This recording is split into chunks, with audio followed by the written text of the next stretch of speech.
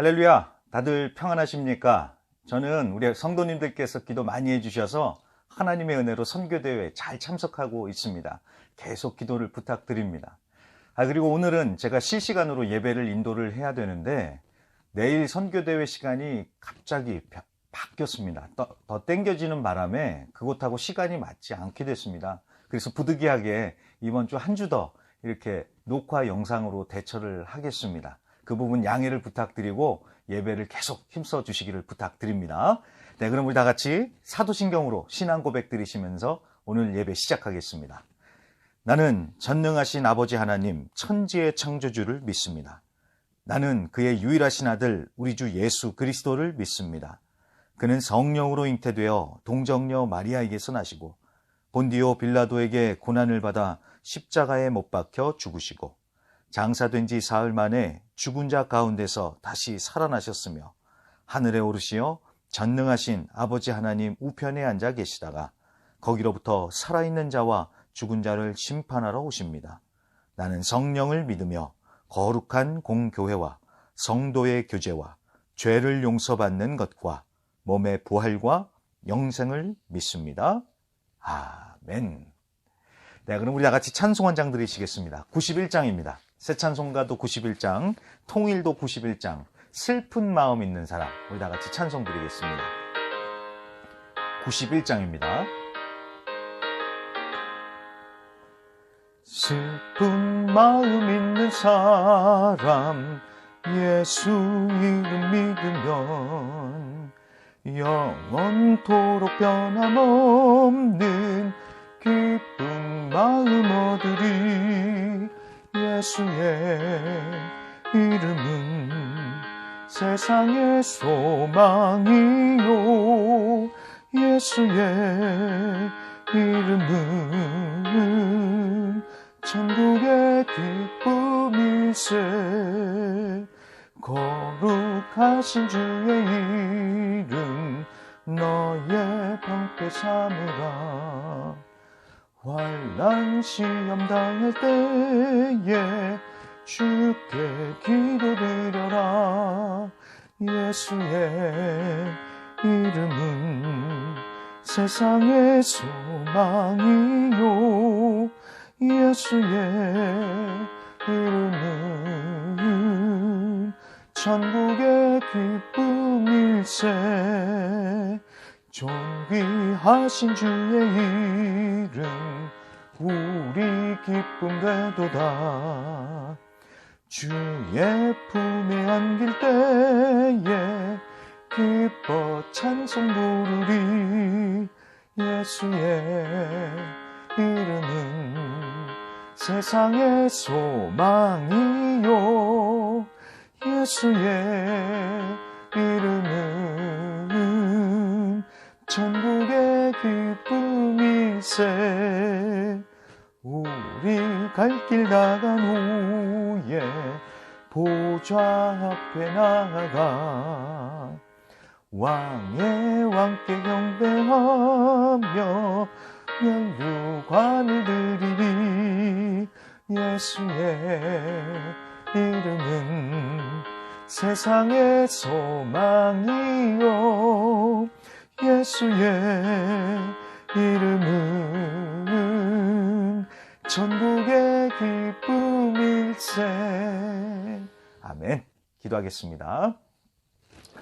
하나님 아버지 감사합니다. 오늘도 이렇게 한국에서 또 파라과이에서 함께 이렇게 예배를 드릴 수 있도록 허락해 주심을 감사합니다.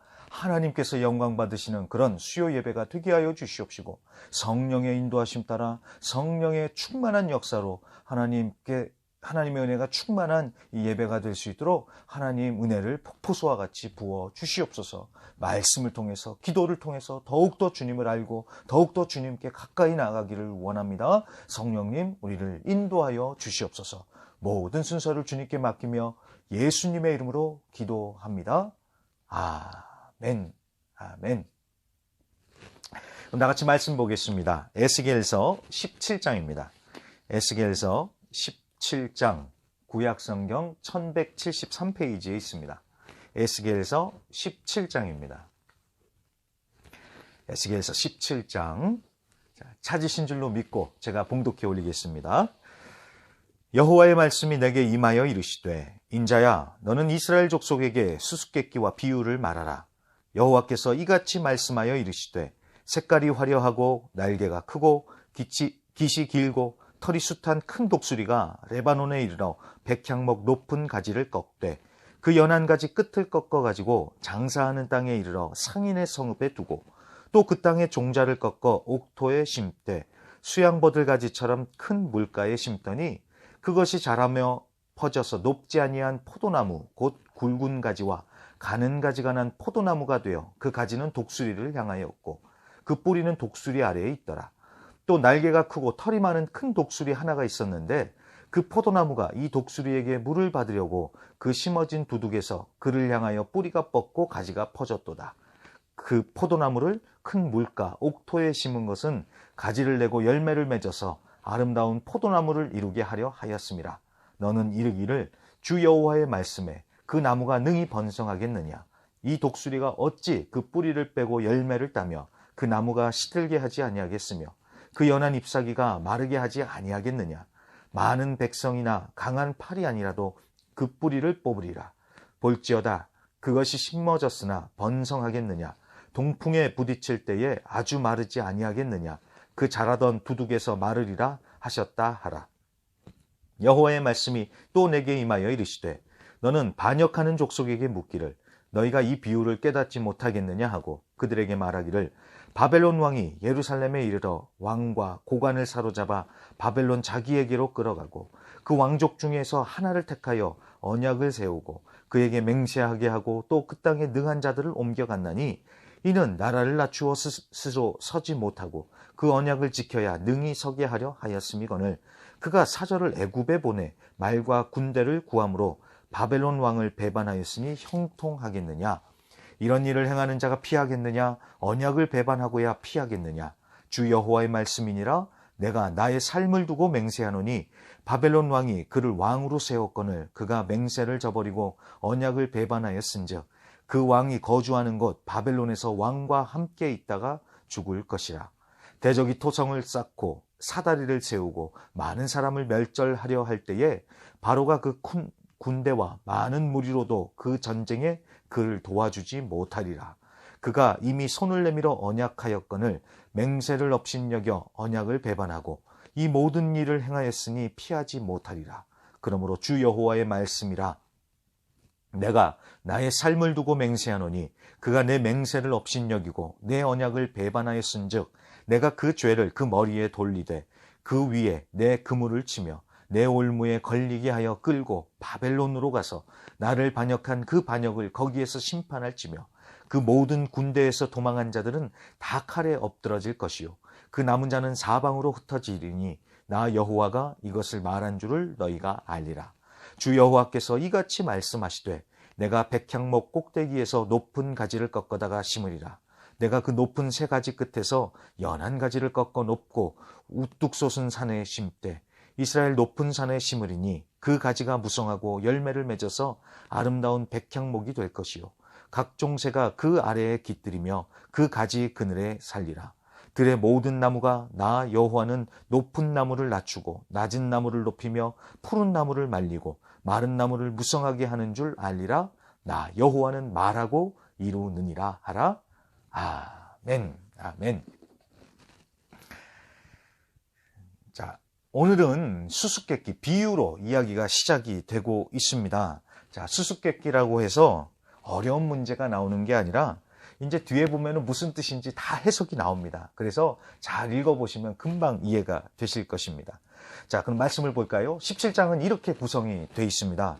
1절부터 10절에는 두 마리 독수리와 포도나무 이야기가 나오고 있고 11절부터 21절에는 그 이야기가 무슨 뜻인지 풀이 해석이 나오고 있습니다.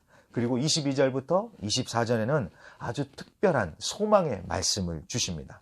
자, 그럼 먼저 첫 번째로요. 두 마리 독수리 사이에서 갈팡질팡하는 포도나무 이야기를 보도록 하겠습니다. 3절을 한번 보세요. 아주 멋지고 큰 독수리가 나옵니다. 자, 그 독수리가 레바논에 와서 백향목이라는 나무의 높은 가지를 꺾어버리고 그걸 가지고 다른 성읍으로 가져갔다고 하지요. 그 대신에 다른 종자를 큰 물가, 옥토에 심었더니 포도나무가 자랐다고 합니다. 그래서 이 포도나무는 독수리를 향해 있었고 뿌리는 독수리 아래 자라며 뻗어가고 있었다라고 6절에 그렇게 말씀을 하십니다. 자, 그러니까 큰 독수리가 있었는데 백향목 가지를 꺾어버리고 다른 포도나무를 심어서 자라게 한 겁니다. 자, 그런데 7절에 보시면 또 다른 독수리 한 마리가 등장을 하고 있습니다. 자, 포도나무가 이 새로 나타난 독수리한테 물을 받으려고 줄기가 그쪽으로 뻗어간다는 거예요. 자, 앞에 1번 독수리가 해놓은 것처럼 물가 옥토에 그냥 거기에서 뿌리를 내리고 있으면 자동으로 잘 자라고 열매를 맺을 텐데, 아니 아무 영양가도 없는 2번 독수리한테 기웃거리는 겁니다. 그러면 어떻게 되겠어요? 열매는커녕 1번 독수리한테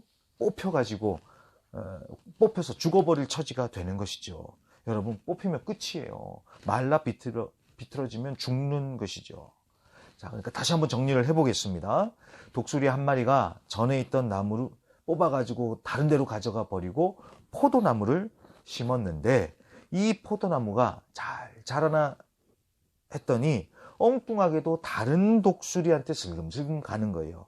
자, 그래서 그 먼저 독수리가 이 포도나무를 끝장을 내겠지요. 자, 그 얘기를 하고 있는 것입니다. 자, 그러면은 이해가 되셨죠? 자, 그러면은 여기서 나오는 이 독수리 두 마리는 무슨 뜻이고 포도나무는 또 누구인지, 이 포도나무는 왜 갈팡질팡하고 있었는지, 자, 그거를 이제 한번 해석을 보도록 하겠습니다. 11절부터 보도록 하겠습니다. 자, 11절부터 보면은 이제 해석이 나오는데, 자, 바벨론 왕이 나오고요. 예루살렘 왕이 나옵니다. 그리고 애굽, 그러니까 이집트 왕 바로 이야기가 나오고 있죠. 여기에 보면은. 그러니까 이게 무슨 말이냐면은 바벨론이라는 나라한테 그렇게 크게 당했으면서도 여전히 애굽을 의지했던 이스라엘 얘기를 지금 하고 있는 것입니다. 자, 원래 이 이야기가 열왕기하 24장에 보면 아주 자세하게 거기에 나와 있는데, 이 독수리가 레바논 백향목의 가지를 꺾어버리고 다른 데로 가져갔듯이 바벨론 왕이 쳐들어와서 유다의 여호야긴 왕을 사로잡아서 바벨론으로 데려갑니다. 그리고 포도나무로 상징이 되는 시드기야 왕을 이제 딱 그 자리에 앉힙니다. 자, 그러면 시드기야 왕이 어떻게 해야 되겠어요? 바벨론 왕이 자기를 세웠으니까 바벨론 왕의 말을 잘 들어야죠. 그런데 시드기야가 처음에는 그 바벨론 왕의 얘기를 잘 따르다가 얼마 안 돼서 그 바벨론 왕을 배반을 하고 두 번째 독수리인 애굽 편에 붙는 거예요. 왜 그랬는지는 잘 모르겠습니다. 뭐 자기를 꼭두각시 취급하는 게 기분이 나빴는지 아무튼 애굽 밑으로 들어가는 것입니다. 그러니 1번 독수리 바벨론이 가만히 있겠습니까? 자기가 세운 왕인데 자기 말을 안 들어요. 그러니까 다시 쳐들어와 가지고 이 시드기야, 그러니까 포도나무로 상징이 되는 시드기야만이 아니라 그냥 예루살렘을 아예 끝장을 내버리는 것입니다. 자, 이게 오늘 이 비유의 해석이자 실제 역사 현실에서 일어난 결말입니다.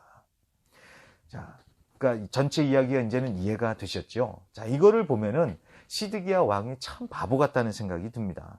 아니, 그냥 바벨론 말 잘 듣고 조용하게 살면 살려는 줄 텐데, 그런데 왜 괜히 애굽 따라가냐는 거예요.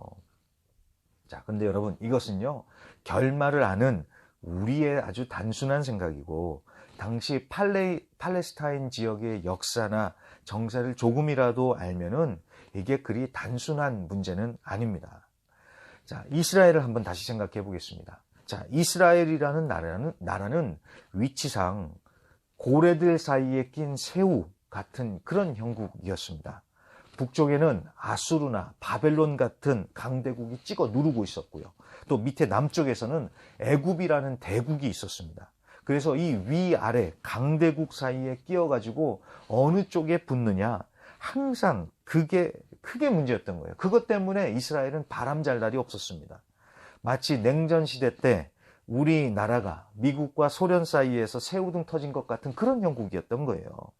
자, 그런데 유다 말기에 바벨론이라는 신흥 패권자가 딱 떴습니다. 그러면서 이 바벨론이 막 밀고 내려오는 상황이 된 거예요.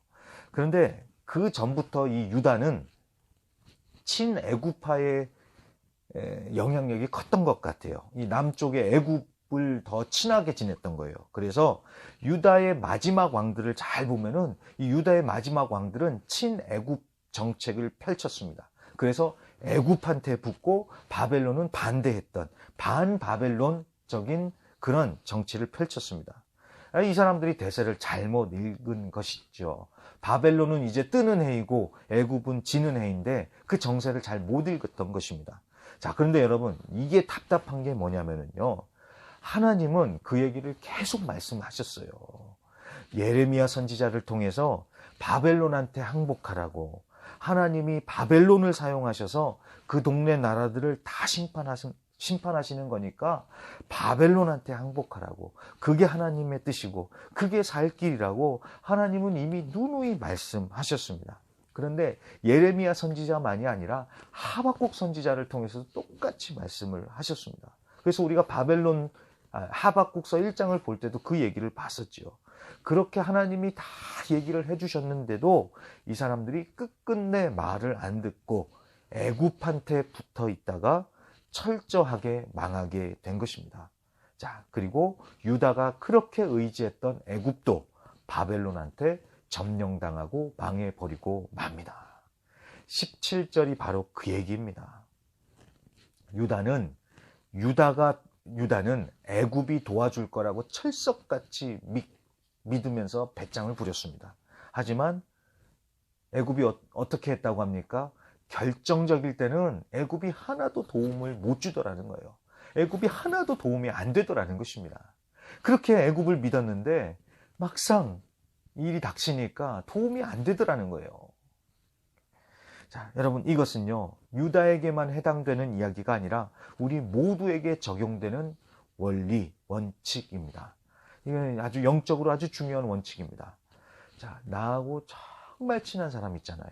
그래서 어려울 때, 이 사람은 나를 꼭 도와줄 거다라고 생각했던 사람, 정말 철석같이 믿고 있던 사람이 정말 결정적일 때는 도움이 안 되는, 도움을 주지 않는 그런 일들이 우리의 삶 가운데 벌어집니다. 정말 급해가지고 그 사람을 찾는데 부재 중이거나 아무리 연락을 해도 연결이 안 돼요. 그리고 도와달라고 했더니 거절하고요. 이런 일들이 벌어집니다. 자, 근데 여러분, 신기한 게 무엇인 줄 아십니까? 신기하게도요, 그 사람들을 볼 게 아니라 하나님을 바라보기 시작하잖아요. 그러면 전혀 생각지도 않았던 사람이 딱하니 나타나서 도움의 손길을 내밀 때가 있습니다. 이거 다 하나님이 하시는 거예요. 우리가 하나님보다 사람을 더 믿고 의지하니까 하나님이 그런 손길들을, 사람의 도움을 막아버리시는 겁니다. 그렇게 해서 하나님만 의지하도록 하나님이 우리를 훈련시키시는 거예요. 그래서 왜 정말 나 필요할 때 왜 안 도와주냐고, 우리가 그 사람을 미워할 게 아니라 정말 내 믿음이 하나님을 향해 있는지, 내가 사람을 의지하는지 하나님을 의지하는지 우리가 우리의 믿음을 점검을 해봐야 되는 것입니다. 시편 121편 1절과 2절에 이렇게 말씀하십니다. 내가 산을 향하여 눈을 들리라. 나의 도움이 어디서 올꼬? 나의 도움이 천지를 지으신 여호와에게서로다. 아멘. 나의 도움이 어디에서 오는지 생각해 보라고 하시죠. 도움이 어디에서 옵니까? 하나님에게서 도움이 오는 겁니다. 자, 그렇다고 해서 사람 도움이 필요 없다는 게 아닙니다.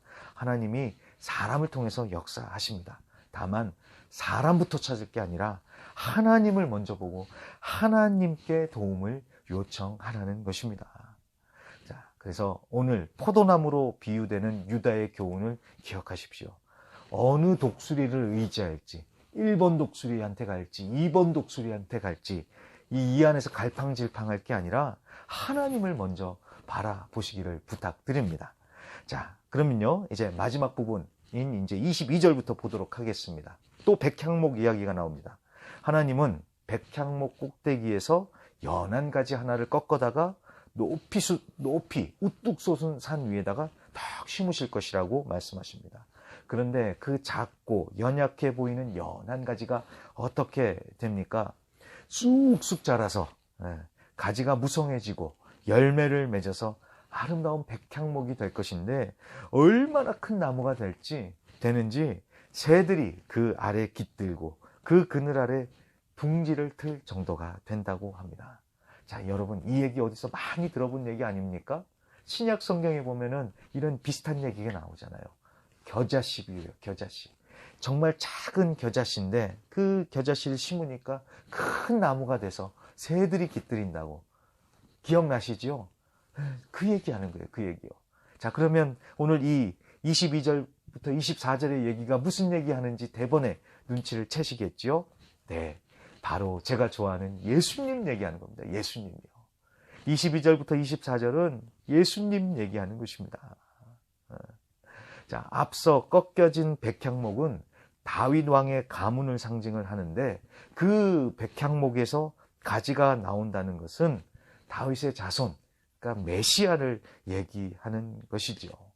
이사야서 11장 1절에도 메시아에 관한 예언이 나오는데, 마찬가지로 그 메시아를 한 싹, 한 가지다라고 말씀을 합니다. 그런데 여기서 한 가지라고 할 때 가지라는 말이 넷제르라는 히브리어인데, 이 넷제르가 뿌리에서 나온 아주 가늘고 볼품없는 연한 가지다라는 뜻입니다. 그런데 오늘 에스겔서의 연한 가지와 똑같은 얘기를 하고 있죠. 그러니까 결국 메시아이신 예수님으로 오늘 말씀이 끝이 나고 있는 것입니다. 그러니까 오늘 말씀의 결론이 뭐예요? 결론은 예수님을 보라는 것입니다. 우리의 구원자가 되시고 메시아가 되시는 그 예수님을 바라보라는 것입니다. 자, 그래서 말씀을 정리하겠습니다. 꺾여진 백향목과 같은 처지인 이스라엘, 하지만 소망이 있다는 것입니다. 그 꺾여진 백향목에서 나온 연한 가지인 예수님이 바로 그 소망이시다라는 것입니다. 작고 연약하다고 무시할 게 아니라 예수님만이 소망이심을, 예수님만이 다시 살게 하실 분이시라는 것을 우리가 믿고, 우리가 예수님만 바라보면서 끝까지 예수님만 의지하시는 저와 우리 모든 성도님들이 되시기를 주의 이름으로 간절히 부탁드리고 기도합니다. 네, 그럼 우리 다 같이 말씀을 기억하시면서요, 오직 예수님만 바라보면서 믿음으로 담대히 나가는 자들 되게 해달라고 우리 다 같이 한번 한 2, 3분 정도 우리 같이 말씀을 붙들고 우리 각자를 위해서 다 같이 기도하겠습니다. 할렐루야. 하나님 아버지 감사합니다. 오늘 말씀을 통하여서 하나님 예수님만이 우리의 소망이 되시고, 예수님만이 우리의 능력이 되시고, 예수님만이 우리의 모든 것이 됨을 알게 하시고 깨닫게 해주시니 감사합니다. 하나님 우리가 사람 의지할 것이 아니라, 사람부터 바라볼 것이 아니라 하나님 우리의 소망이 되시고 능력이 되시는 예수님을 먼저 바라보는 자들 되게 하여 주시옵시고, 하나님 아버지요 정말 아버지, 우리의 눈이, 우리의 시선이, 우리의 믿음의 눈이 오직 주님만을 향해 있게 하여 주시옵소서. 하나님, 자꾸만 세상 바라보면서 이 독수리 저 독수리 또 다른 독수리 그 사이에서 갈팡질팡하면서 자꾸만 하나님 이 땅의 것을 바라볼 것이 아니라 어렵고 힘들수록 더욱더 눈을 들어 하늘을 바라보게 하시고 하나님을 바라보게 하시고, 무엇보다도 우리의 소망이 되시고 능력이 되시는 그 예수님의 이름을 보게 하여 주시옵소서. 예수의 이름을 붙들고 나아가게 하여 주시옵소서. 하나님, 저기 힘듭니다. 이제 코로나로부터 이제 벗어나서 하나하나 회복되면서 우리가 나아가야 되는데, 아버지 힘들고 어려울 때 하나님 어렵다고만 할 게 아니라 우리의 소망 되시는 그 예수님을 더욱더 생각하고 기억하고 그 예수님을 바라보며 나아가게 하소서. 하나님, 작은 겨자씨, 연하고 작은 수는 새싹이지만 하나님 시작은 미약하지만 끝은 장대하리라는 말씀처럼 예수님 오셨을 때는 정말 보잘것없었지만 하나님의 나라는 점점점 커지고 예수님께서 그 하나님의 나라를 이루셨습니다. 그 크고 놀라운 하나님의 나라를 우리가 바라보며 예수님의 그 나라에서 우리가 쉬며 그 예수님을 믿고 바라보며 하나님 담대하게 살아가는 저 우리 모든 성도님들 되게 하여 주시옵소서. 예수님만이 우리의 소망 되시고 예수님만이 우리의 능력이 되십니다. 주님께서 우리와 함께 하시고 우리의 믿음을 굳게 붙들어줄 것을 믿고 감사드리며 하나님 우리가 끝까지 예수님만 바라보며 오늘도 내일도 절대 긍정, 절대 믿음 하나님 주님을 온전히 바라보며 하나님 담대하게 나갈 수 있도록 하나님 역사하여 주시옵소서. 우리의 믿음을 우리의 마음을 우리의 심령을 주님의 손에 맡기고 올려드리며 예수님의 이름으로 감사하며 간절히 기도드립니다. 아멘. 아멘. 네, 그럼 우리 다 같이 주기도문으로 오늘 예배를 마치도록 하겠습니다. 하늘에 계신 우리 아버지여, 이름이 거룩히 여김을 받으시오며 나라의 임하옵시며 뜻이 하늘에서 이룬 것 같이 땅에서도 이루어지이다. 오늘날 우리에게 일용할 양식을 주옵시고 우리가 우리에게 죄 지은 자를 사하여 준 것 같이 우리 죄를 사하여 주옵시고 우리를 시험에 들게 하지 마옵시고 다만 악에서 구하옵소서.